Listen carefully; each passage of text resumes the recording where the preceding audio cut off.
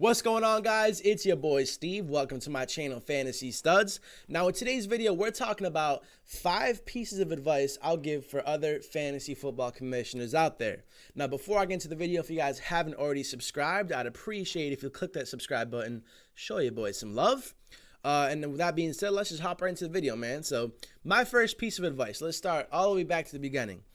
Make sure you hit people up early. You collect the money early. What do I mean by that? So let's say a draft is on like August 10th, right?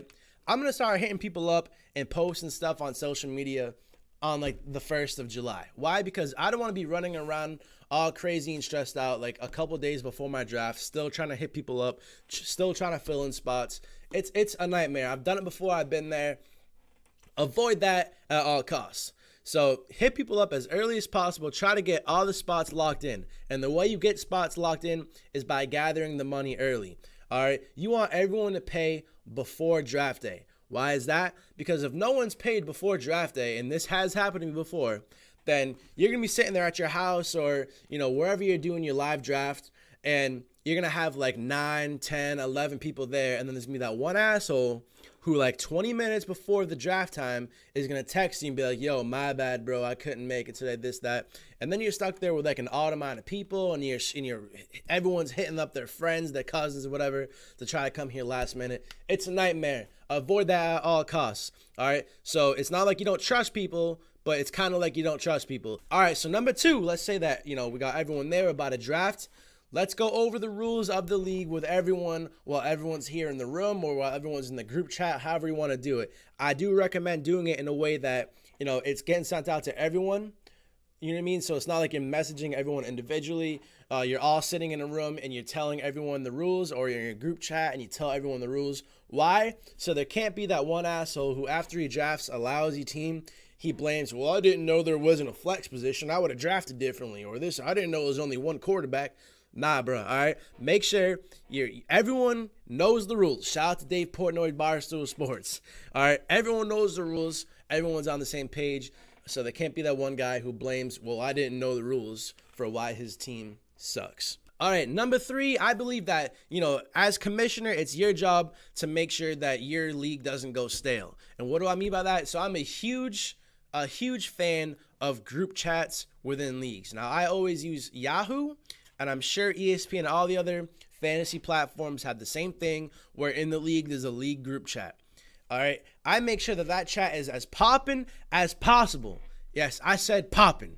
All right, so you want to make sure there's always conversations going on, even if it's just shit talking, because there's no fun in having a league that there's no communication. And I'm a big fan of communication within leagues. It makes people feel a lot less, I don't know, I guess shy to ask for trades and all that. And shit talking is a big part of fantasy football, so I encourage a lot of shit talking. I don't know, I just, keep the league fun, man. Keep the conversation going. You don't want to be in a boring fantasy football league where there's really no conversation happening. That's my opinion. Maybe some people disagree, but that's just a piece of advice I have for other fantasy football commissioners. Keep the group chat pumping. Keep the trade talks happening. I don't know. Just keep it fun, man. All right, coming in at number 4, in my opinion, this is the most important job of the commissioner. All right, this will make or break your league. This is actually the reason why I became commissioner in the first place, because I was originally in a fantasy football league and I didn't like what was happening behind the scenes. So you want to be as fair and as transparent as possible. I don't want to see any bullshit happening. I don't care if it's your best friend, your girlfriend, whoever it is. If they're coming up on someone else and it's an uneven trade, you have to veto it. All right. If there's any uneven trades in the league, you can't be shy or scared to veto trades. It's going to happen throughout a fantasy football year. I vetoed a countless amount of trades because whatever, shoot your shot, do whatever you got to do, see if the trade goes through. But, if you're a smart, fair commissioner, you have to know and have the confidence in vetoing trades. And if say it's a trade that might not be as lopsided as like Antonio Brown for Rex Burkhead, but you still feel like this trade isn't fair and it's going to mess up your league, then you know what? Take a league vote. Use the group chat. Put it in there and be like, hey guys, so-and-so and so-and-so are doing this trade. I don't really know how I feel about it. Let's take a league vote. Should this go through? Be as transparent as possible, man, because there's no fun in feeling like the commissioner and his friends are in shits with each other. Nah, I don't like none of that. That would make people never want to join your fantasy football league. So That's something I really pride myself in, is being strict, but being fair and running a league with integrity. All right, coming in at number 5. This one seems pretty obvious, but I have heard some horror stories.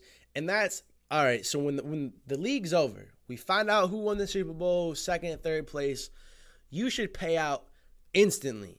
All right, especially because these people probably paid in advance if you listen to the first piece of advice. Pay out instantly. I use Venmo. So, like, for example, last year, literally the second that the Super Bowl was won, and I saw who was in first, second, and third place, they received their money via Venmo ASAP. Now, that just gives you a good look. That gives them a good experience in your league, and that's going to have them wanting to come back because they know that you are legit and you're going to pay out as soon as possible. There's really nothing else to say about it. Just pay out as fast as possible. Don't be that guy that waits a couple weeks to pay. You used the buy-in money to pay your rent, and now you don't have none of that bullshit, dude. Keep that money stashed away when they pay, and then pay it back instantly. All right. So that being said, those are my 5 pieces of advice for fantasy football commissioners. If you guys enjoyed the video, man, I'd appreciate if you click the like button, maybe show some love, click the subscribe button. Because remember, guys, if you're not first in your fantasy football league, that means you're last.